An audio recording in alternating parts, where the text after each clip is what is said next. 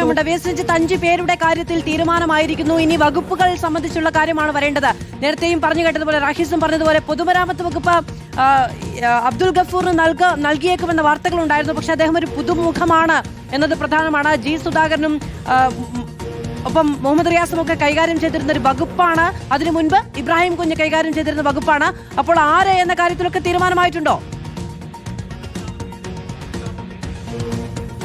മാധു, അങ്ങനെ പിതാവിന്റെ വകുപ്പ് എന്ന അർത്ഥത്തിൽ ആ വകുപ്പ് അബ്ദുൽ ഗഫൂറിന് കൊടുക്കാനുള്ള സാധ്യത കുറവാണ്. പൊതുമരാമത്ത് വളരെ പ്രധാനപ്പെട്ട ലീഗിനെ സംബന്ധിച്ച ഒരു വകുപ്പാണ്. അതുകൊണ്ട് പി കെ ബഷീറിനെ പോലെ മുതിർന്ന നേതാവ് അല്ലെങ്കിൽ കെ എം ഷാജി എന്നുള്ളതായിരിക്കും പൊതുമരാമത്ത് വകുപ്പിനെ സംബന്ധിച്ചുള്ള തീരുമാനം.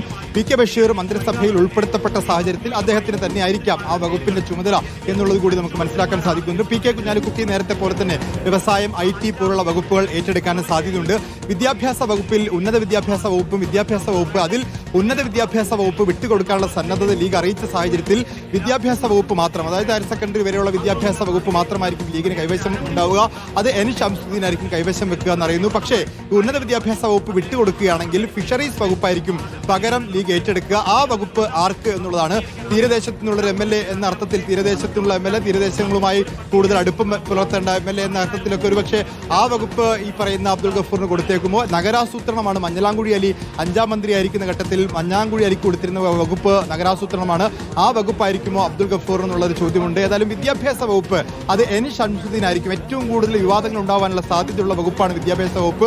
ഏറ്റവും സൗമ്യമായി പക്വമായി കാര്യങ്ങൾ അവതരിപ്പിക്കാൻ സാധിക്കുന്ന ഒരു വ്യക്തി എന്ന രീതിയിൽ ഷംസുദ്ദീനെ വിദ്യാഭ്യാസ വകുപ്പ് ഏൽപ്പിക്കാനുള്ള ഒരു സാധ്യത മുന്നിൽ കാണുന്നു. തദ്ദേശ സ്വയംഭരണ വകുപ്പാണ് മറ്റൊരു പ്രധാനപ്പെട്ട വകുപ്പ് ലീഗിന്റെ കൈവശമുള്ളത്. ആ വകുപ്പ് കെ എം ഷാജിക്ക് കൊടുക്കാനുള്ള സാധ്യതയാണ് ഇപ്പോൾ ഈ ഘട്ടത്തിൽ തെളിയുന്നത്. ഏതായാലും 5 മന്ത്രിമാരുടെ പേരും അതിന്റെ വകുപ്പ് ഉൾപ്പെടെയുള്ള കാര്യം. എന്താണ് PM സലാം പറഞ്ഞത്? 5 ആരാണ് പറഞ്ഞത് എന്നാണ് ചോദിക്കുന്നത്.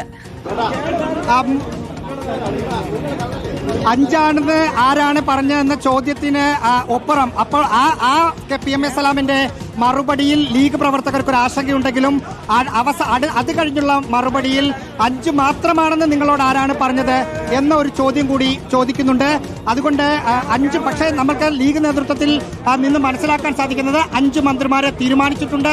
5 മന്ത്രിമാരുടെ പട്ടിക മുഖ്യമന്ത്രിയായ VD സതീശന് നൽകിയിട്ടുണ്ട്. ആ പട്ടികയിൽ പി കെ കുഞ്ഞാലിക്കുട്ടിയും N ഷംസുദ്ദീനും പി കെ ബഷീറും കെ എം ഷാജിയും അടക്കമുള്ള ആളുകളാണ് നേതാക്കൾ.